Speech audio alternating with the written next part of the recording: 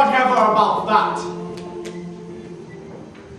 The register of his burial was signed by the clergyman, the clerk, the undertaker, and the only mourner. His business partner, Ebenezer Scrooge. Marley was dead as a doornail. This must be clearly understood, or you will find nothing of wonder in our story. Decked out with boughs of holly, la la la la la la la. 'Tis the season to be jolly, la la la la la la. Don't be now a gay apparel, la la la la la. Show the ancient Yuletide fair, la la la la la. Hammer! Ebenezer Scrooge. Oh, but you was a tight-fisted hand to the grindstone, Scrooge. A squeezing, wrenching, grasping, scraping, clutching, covetous old sinner. Hard and sharp as a flint, from which no steel had ever struck out generous fire. Secret and self-contained and solitary as an oyster.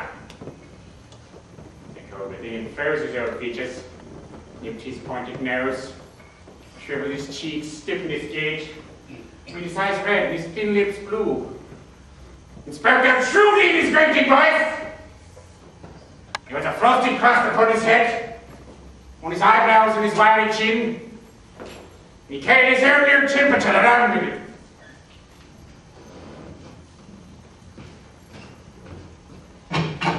Deck the halls with boughs of holly, la la la la. Once upon a time, on the day before Christmas, Scrooge sat working at his desk. It was only 3 o'clock in the afternoon, and outside the freezing, foggy day was already growing dark. There was a bucket of coal and a small fire in front of Scrooge's desk.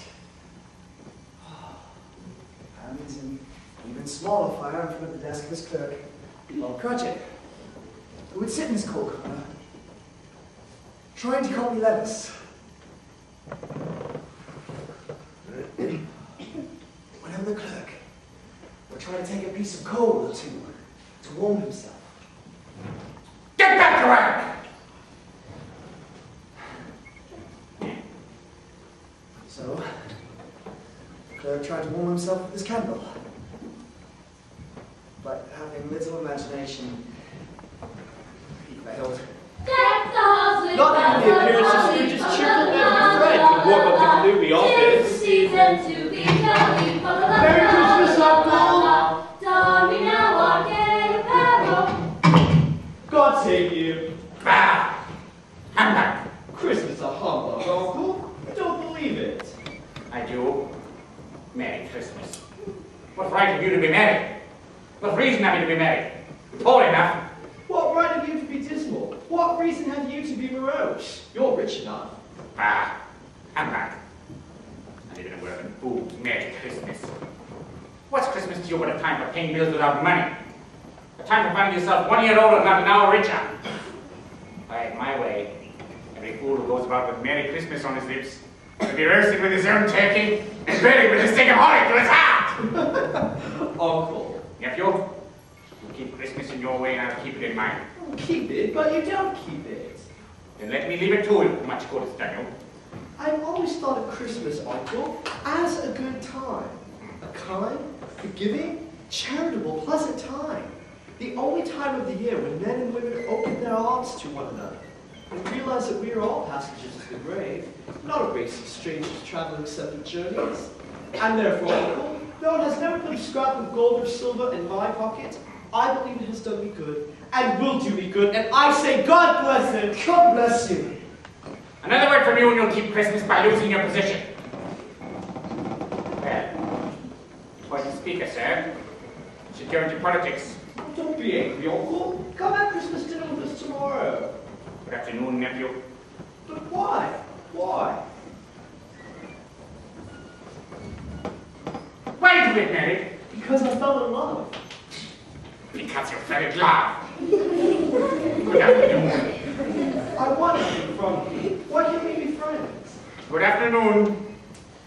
Sorry to find you so stubborn, Uncle, but it's Christmas, and I'll keep my Christmas spirit to the last. A Merry Christmas, Uncle. Good afternoon. And a Happy New Year. Good afternoon. Merry Christmas, lady. Merry Christmas, sir. And a Happy New Year. Scrooge and Marley's, I believe. No, he's actually... Have we the pleasure of addressing Mr. Scrooge? No, he's... Or is it Mr. Marley? Mr. Marley's dead. Died 7 years ago this very night. Well, we're sure you're just as generous a man as he was. Exactly. At this festive season of the year, we try to make provision for the poor and destitute who suffer greatly at the present time. We're sure you'd like to make some contribution, however slight. What may I put you down for? Nothing. You wish to remain anonymous. I wish to be left alone. I don't make myself merry at Christmas time. I can't afford to make idle people merry. Make people merry, sir! There are hundreds of thousands of want in the most basic necessities. Are there no prisons? Plenty of prisons. Then those that are badly off must go there. But they've done nothing wrong. Some would rather die first. They'd rather die than better do it and decrease the surplus population. Good afternoon. Good afternoon. Good afternoon. Merry Christmas. Merry Christmas. Deck the halls with boughs of holly, la la la la la la.